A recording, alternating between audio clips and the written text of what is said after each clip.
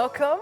Thank you. It's lovely to have you here. I would say let's just hop right into it because the Climate Club, it was launched at COP28 just before we switched to 2024, but in 2023.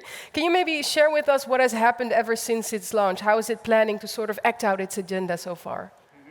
Thank you very much. And so I would like to say hello to everyone. For us, it's really a pleasure here to be present on this stage as representing Chile. Yeah. Chile, as you know, is one of the co-chairs together with Germany. We started to cooperate with Germany, that was in January last year when we were invited by Federal Chancellor Scholz to join this initiative. Mm-hmm. And since then, we have been working together with Germany and other members of the Climate Club in order to have the work plan that we're going to discuss today. We have also got a governance document that has established already what is the, so to say, the body of members that we have, mm-hmm. which is going to be the guidance that we will provide to this initiative. Yeah. But basically, what we aim to do is to be really active, really ambitious towards the fulfillment of the Paris Agreement and to limit the increase of the temperatures by 1.5 degrees Celsius. Right. So the focus here is basically on the industrial sector. And in that industrial sector, we have two specific industries, steel and cement. The hard-to-abate ones, for exactly. Example. Yeah. And for that, we have seen also that we have to, the vision, so to say, is that we have to change this into the standard business model. What is that? To have a green industry, decarbonized industry. Right. So for this year, we have already, as already established by the work plan, we have 3 deliverables that we'd like to reach by the end of this year. Mm-hmm. One is the matchmaking platform. Okay. And that is linked with the third pillar of the Climate Club initiative. Mm-hmm. And that basically what we're going to do is to have a mapping of the existing instruments and funds for particularly emerging economies and developing economies to access to those funds and to those instruments so they can start or improve their decarbonization process. So that's the first one, matchmaking? Yes. And the other two that And then we have a full discussion into something that is a little bit complicated, but that's about the emission mitigation policies and, so to say, spillovers that you can have with that, carbon leakage. Right. And then finally, we have to also have a discussion and final report on the principles to facilitate interoperable standards.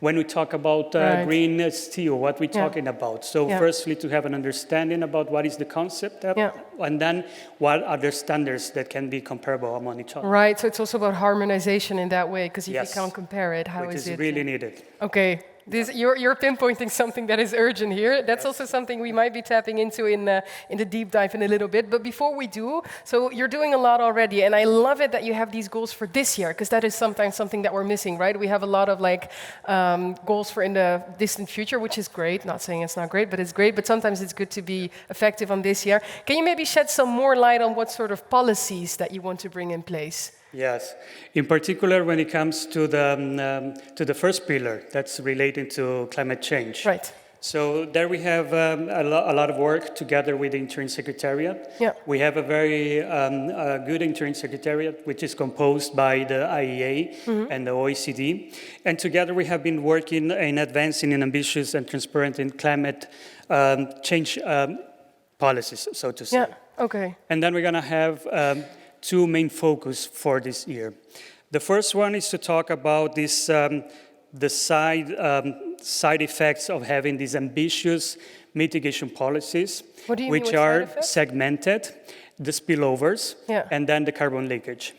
So there we have to go into an in-depth discussion among the members of the Climate Club. Okay. It is important to highlight here, this is an intergovernmental forum. Right. Yeah. And then we have to talk about this topic and to see what are the common grounds, what do we understand for this, how we can address this, eventually have a recommendation document that we can launch by the end of this year at COP29. Nice. So we're going to have 3 different strategic dialogues among the members of the Climate Through which Club. you're going to accelerate. And we're going to go through this whole process, Yeah. and by the end of this year, hopefully, we're going to have presentation of recommendations on that. Yeah, and maybe because I want to zoom into that bit, and maybe just briefly, if you could, I want to zoom in on the member states bit, because I'm curious. I mean, from a Chilean perspective, maybe you could share something with us on how the Climate Club's initiative is, for example, affecting or impacting or finding synergies with Chile's national strategies when it comes to reducing emissions. Yeah, that's something that we can see also when it comes to other countries, especially emerging economies,